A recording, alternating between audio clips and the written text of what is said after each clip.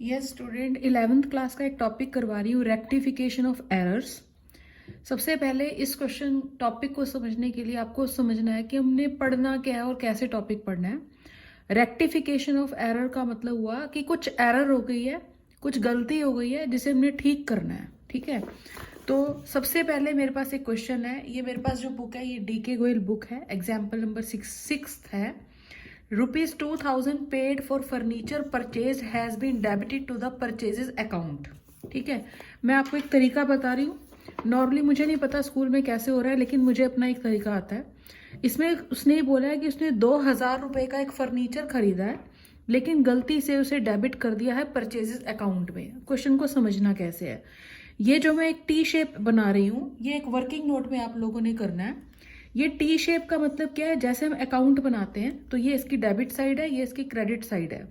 लेकिन हम ये रफ में कर रहे हैं तो इसलिए प्रॉपर फॉर्मेट बनाने की कोई जरूरत नहीं है।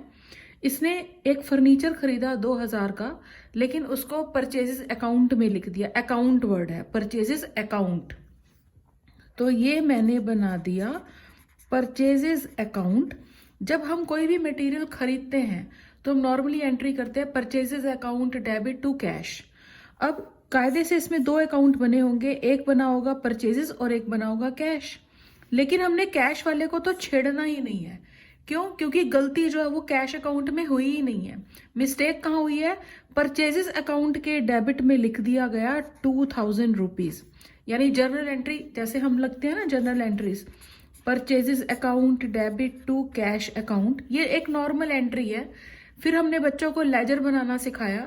जब हमने परचेजेस अकाउंट बनाया तो टू कैश की पोस्टिंग यहाँ होती है, जब कैश अकाउंट बनाते हैं तो बाय परचेजेस आता है। तो इसलिए मैं इस टॉपिक को ऐसे बोल देती हूँ कि purchases account debit to cash हुआ। कैश को तो हमने बनाने की जरूरत नहीं क्योंकि वो ठीक बना हुआ है। हमारे टॉपिक का नाम रेक्टिफिकेशन ऑफ एरर है, यानी जो गलती है उसको ठीक करना है, जो ठीक है उसे गलत नहीं करना है। तो इसलिए परचेजेस अकाउंट के यहाँ डेबिट में लिख दिया गया, कैश अकाउंट वाज राइट, इसलिए मैंने उसको इसमें बनाया ही नहीं है। तो परचेजेस में डेबिट कर दिया जबकि वो परचेजेस था ही नहीं। अब कुछ बच्चों को डाउट है कि परचेजेस क्यों नहीं है। परचेजेस का मतलब ये होता है कि जिस चीज में आप डील कर रहे हो, जो बिजनेस आप करते हो, उसके लिए जो माल खरीद कर लेकर आते हो, उसके लिए हम परचेजेस वर्ड इस्तेमाल करते हैं। यानी purchases means for the further sale. अगर आपने फर्नीचर खरीदा, फर्नीचर इज एन एसेट, तो एसेट अलग चीज होती है, परचेजेस अलग चीज होती है।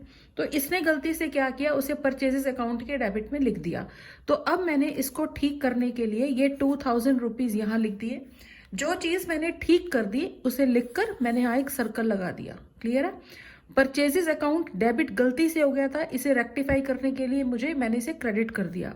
अब होना क्या चाहिए था? डेबिट फर्नीचर अकाउंट, तो मैंने फर्नीचर के यहाँ लिख दिया फर्नीचर अकाउंट डेबिट 2000। मैंने यहाँ भी सर्कल लगा दिया। ये सर्कल लगाना मैं इसलिए सिखाती हूँ बच्चों को कि जो ये सर्कल वाली एंट्रीज हैं, जो सर्कल वाली टॉपिक हैं, इसी से ही एक जर्नल एंट्री बनेगी। तो अब जर्नल एंट्री कैसे बनेगी? फर्नीचर के डेबिट साइड में 2000 लिखा है, तो जर्नल एंट्री इसकी बन जाएगी furniture account debit to purchases account, to purchases account ₹2000, ₹2000, ये इसकी जर्नल एंट्री बन जाएगी।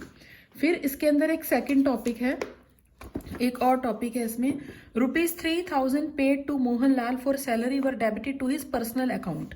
हमने मोहनलाल को सैलरी दी ₹3000 की और गलती से हमने उसे उसके पर्सनल अकाउंट में डेबिट कर दिया। इसका मतलब क्या हुआ?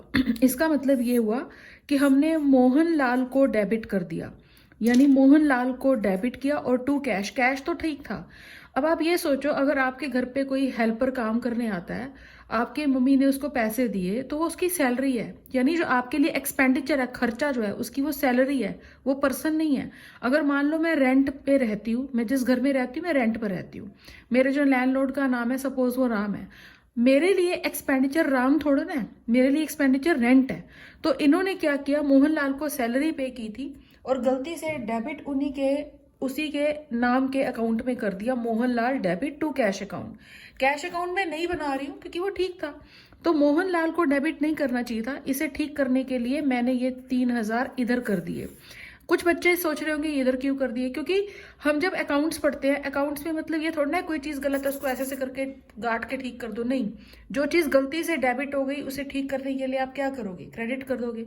तो मोहनलाल को मैंने क्रेडिट कर दिया, और जो अब होना चाहिए था सैलरी, वो तो मैंने बनाया ही नहीं ना, तो सैलरी अकाउंट क्या हो जाएगा, डेबिट। तो अब जर्नल एंट्री इससे क्या बनेगी, जर्नल एंट्री इसकी बन रही है salary account debit to Mohanlal,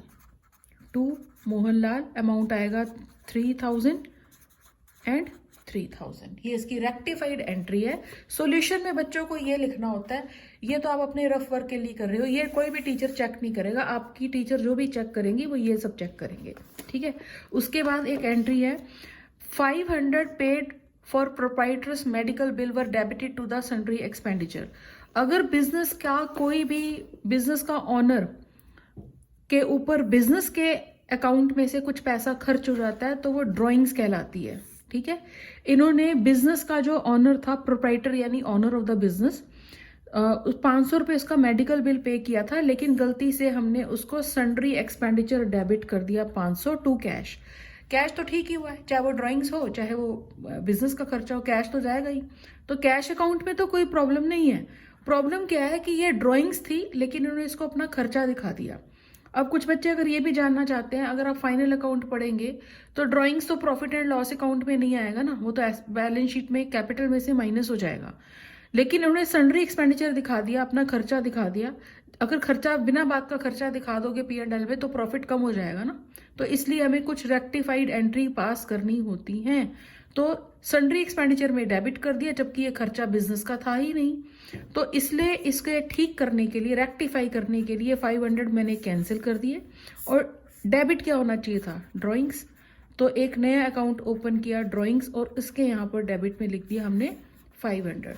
तो अब जर्नल एंट्री इसकी क्या बनेगी जो सही होकर आ रही है, रेक्टिफाइड एंट्री बनेगी इसकी ड्राइंग्स अकाउंट डेबिट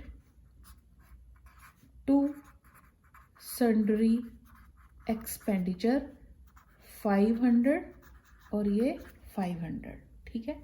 उसके बाद एक और एंट्री है, इसमें टोटल 7 एंट्रीज हैं। फिर है typewriter purchased for 7500 has been wrongly passed through the purchases book. इन्होंने एक टाइपराइटर खरीदा और गलती से उसको शो कर दिया कि जैसे हमने माल खरीदा है। माल माने परचेजेस। माल का मतलब क्या होता है, जिस बिजनेस में आप डील करते हो उससे रिलेटेड अगर आप कुछ मटेरियल खरीदते हो वो परचेजेस कहलाता है। लेकिन अगर आपने कोई एक एसेट खरीद ली है तो उसको तो अलग एसेट में दिखाना चाहिए ना। तो इन लोगों ने क्या किया, गलती से बाय मिस्टेक एक टाइपराइटर खरीदा था जिसको गलती से उन्होंने परचेजेस अकाउंट में डेबिट कर दिया।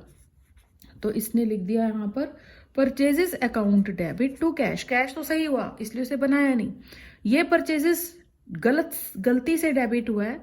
इसे ठीक करने के लिए ये 7500 हमने क्रेडिट कर दिया और इसे सर्कल लगाया। और जो क्रेडिट होना चाहिए था वो क्या, टाइपराइटर खरीदा, मतलब जो डेबिट होना चाहिए था। टाइपराइटर को you can write office equipment, तो मैंने यहाँ लिख दिया ऑफिस इक्विपमेंट, ये खरीदा था। कैश तो सही हुआ होगा ना, तो इसलिए कैश को मैंने बनाया ही नहीं।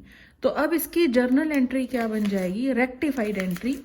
इसकी रेक्टिफाइड एंट्री बनेगी office equipment account debit, office equipment account debit to purchases account. कुछ बच्चे बार बार ये पूछते हैं ना कि परचेज अकाउंट क्रेडिट क्यों हो रहा है, नॉर्मली तो डेबिट होता है। तो ये रेक्टिफिकेशन चल रहा है ना, गलती से आपने परचेजेस को डेबिट किया था तो उसे ठीक करने के लिए कुछ तो करोगे।